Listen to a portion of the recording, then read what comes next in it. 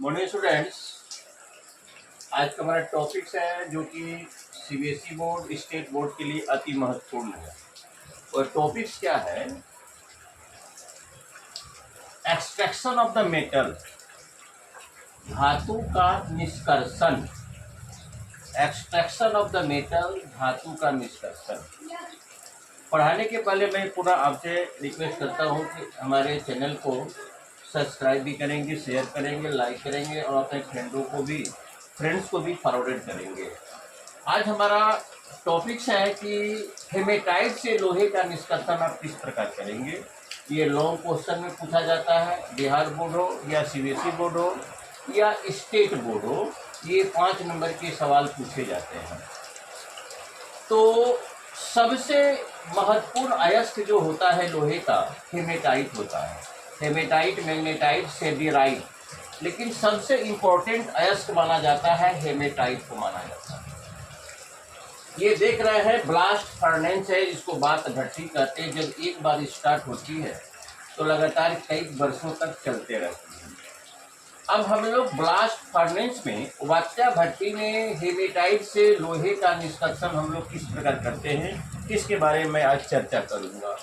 तो सबसे पहले हम लोग करते हैं क्या, ये जो वात्या भट्टी का ब्लास्ट फर्नेस का जो फिगर देख रहे हैं, यह व्यर्थ कैसे लिखा हुआ है, बढ़ता हुआ ताप है 1400 डिग्री सेल्सियस से 200, वायु का झोंका है, ये धातुमल है, द्रवित लोहा है, ये ब्लास्ट फर्नेस है, ये केमिकल इक्वेशन है, ये CO2 का फॉर्मेशन है, धातुमल का फॉर्मेशन है और अयस्क का अवकरण है। तो सबसे पहले हम लोग करते हैं क्या, इस वात्या भट्टी में एक साथ हेमेटाइट, कोक और चूना पत्थर। कोक मतलब कार्बन का शुद्ध फॉर्म होता है कोक, जो कि हम लोग कोयले के भंजक आसवन से प्राप्त करते हैं। कोक को हम लोग कोयले के भंजक आसवन से प्राप्त करते हैं, जो कि कार्बन का शुद्ध फॉर्म होता है। और चूना पत्थर, कैल्शियम कार्बोनेट को हम लोग चूना पत्थर कहते हैं, जो कि एक मार्बल का रूप होता है। तो एक साथ हम लोग ब्लास्ट फर्नेस में हेमेटाइट को, कोक को और चूना पत्थर को हम लोग डाल देते हैं। डालने के बाद देखिए प्रक्रिया हमारी किस प्रकार से होती है। टेम्परेचर कंटिन्यूअस बढ़ते जाता है। सबसे पहले क्या करता है, डाला गया जो कोक है वह ऑक्सीजन से संयोग करके कार्बन मोनोऑक्साइड बनाता है। जब उसको अपर्याप्त ऑक्सीजन मिलता है तो कार्बन मोनोऑक्साइड बनाता है। और कार्बन मोनोऑक्साइड एक अपचायक, डिकम्पोजर का काम करता है। उच्च ताप पर ये अपघटन का काम करता है। और डाला गया जो कोक है वह भी अपघटन का काम करता है। यह हेमेटाइट को तोड़कर, हेमेटाइट से यह कार्बन मोनोऑक्साइड अभिक्रिया करके, जो मैंने इसमें कार्बन को, कोक को डाला था, वह कोक अपर्याप्त ऑक्सीजन से संयोग करके कार्बन मोनोऑक्साइड बनाया। और यह कार्बन मोनोऑक्साइड हेमेटाइट को अपघटित करके लोहा और कार्बन डाइऑक्साइड में कन्वर्ट कर दिया। और तीसरा अवस्था में देख रहे हैं हेमेटाइट, शुरू में डाले गए कोक उच्च ताप पर भी अपघटन का काम करते हैं, जो कि लोहा और कार्बन मोनोऑक्साइड दिया। तो सेकेंड और थर्ड फेज में जो लोहा प्राप्त हुआ वह शुद्धता के दृष्टिकोण से 100% यह शुद्ध नहीं होता है। इसमें बालू जैसी और दुर्गलनीय अशुद्धियां वर्तमान रहती है। सिलिका, बालू जैसी और दुर्गलनीय अशुद्धियां इसमें वर्तमान रहती है। इसलिए हम लोग शुरू में ही कैल्शियम कार्बोनेट को डाल देते हैं। ब्लास्ट फर्नेस में, वात्या भट्टी में कैल्शियम कार्बोनेट को हम लोग शुरू में ही डाल देते हैं। यह कैल्शियम कार्बोनेट टूटकर कैल्शियम ऑक्साइड और कार्बन डाइऑक्साइड देता है, जिसको कि हम लोग इसको द्रावक कहते हैं। कैल्शियम ऑक्साइड को द्रावक, यह द्रावक बालू जैसे अशुद्धियों से संयोग करके कैल्शियम सिलिकेट नामक धातुमल बनाता है, जिसे हम लोग सिलेट कहते हैं। जिसे ये हम लोग गैंग कहते हैं, इसको मैट्रिक्स कहते हैं, इसको द्रावक कहते हैं। और ये धातुमल बनाया, और धातुमल हल्का होने के कारण यह ऊपर की तरफ फ्लोट करता है और ऊपरी निकास द्वार से बाहर निकल जाता है। और द्रवित लोहा जो लिक्विफाइड आयरन है वह भारी होने के कारण ग्रेविटी के चलते पेंदी में बैठ जाता है और निचले निकास द्वार से वह बाहर निकल जाता है। इस प्रकार हम लोग एक द्रवित लोहा जिसको कि ढलवा लोहा कहते हैं, अगर इसको हम लोग सांचे में ढाल देते हैं या अत्यंत भंगुर होता है, इसको हम लोग ढलवा लोहा कहते हैं।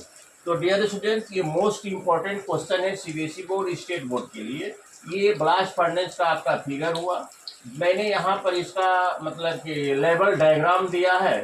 एक साथ हम लोग कोक, चूना पत्थर और हेमेटाइट को डालते हैं, इससे व्यर्थ गैसें निकलती है, टेम्परेचर कंटिन्यूअस नीचे की तरफ बढ़ते जाता है, इसमें वायु का झोंका हम लोग भेजते हैं। ये धातुमल है, ये लिक्विफाइड आयरन है, यह अयस्क का अवकरण है, धातुमल का बनना, CO2 का बनना। जब एक साथ अयस्क, कोक और चूना पत्थर को हम लोग डाल देते हैं तो सबसे पहले कोक अपर्याप्त ऑक्सीजन में कार्बन मोनोऑक्साइड बनाता है और यह कार्बन मोनोऑक्साइड लोहे को अपघटित करके लोहा और कार्बन डाइऑक्साइड में कन्वर्ट करता है। और शुरू में जो मैंने कोक डाला था वह भी कोक उस ताप पर हेमेटाइट को तोड़कर कार्बन मोनोऑक्साइड और लोहा देता है। तो दूसरे और तीसरे फेज में जो लोहा प्राप्त है वह शुद्धता के दृष्टिकोण से 100% शुद्ध नहीं होता है, क्योंकि उसमें बालू जैसी अशुद्धियां वर्तमान रहती है। इसलिए हम लोग शुरू में ही कैल्शियम कार्बोनेट डाल दिया था। कैल्शियम कार्बोनेट टूटकर कैल्शियम ऑक्साइड और कार्बन डाइऑक्साइड देता है और यह कैल्शियम ऑक्साइड बालू जैसी अशुद्धियों से संयोग करके कैल्शियम सिलिकेट नामक धातुमल बनाता है। यहाँ पर कैल्शियम ऑक्साइड को हम लोग द्रावक कहते हैं और जो SiO2 है, इसको जो SiO2 है इसको हम लोग क्या कहते हैं, मैट्रिक्स या गैंग कहते हैं। इसको मैट्रिक्स कहते हैं या हम लोग गैंग कहते हैं, अशुद्धियाँ कहते हैं।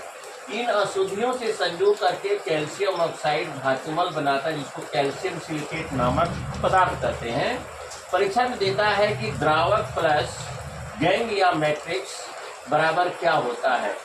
क्या होता है, इसको कहते हैं हम लोग कैल्शियम सिलिकेट सिलेट कहते हैं। कैल्शियम सिलिकेट धातुमल, इसको सिलेट कहते हैं। इस प्रकार से आपको इसको मेमोरी में रखना होगा ताकि ये आपका बोर्ड परीक्षा में ये कॉपर ऑक्साइड, कॉपर सल्फाइड से कॉपर का निष्कर्षण, और उसके बाद आपका है हेमेटाइट से लोहे का निष्कर्षण, बॉक्साइड से एल्युमिनियम का निष्कर्षण। ये कंटिन्यूअस में अगर डाल देता हूँ तो 3 में से 1 तो क्वेश्चन बोर्ड परीक्षा में रहता ही है। तो इक्वेशन हमारा बनता है सबसे पहले C+O2। ये देखिए, इसको बैलेंस कर देना है, आपको बैलेंस कर देना है। तो शुरू में कोक ऑक्सीजन से संयोग करके कार्बन मोनोऑक्साइड और डाला गया दोनों लोहे को, हेमेटाइट को तोड़ता है। यह अयस्क है और हेमेटाइट को तोड़कर लोहा देता है दोनों फेज में।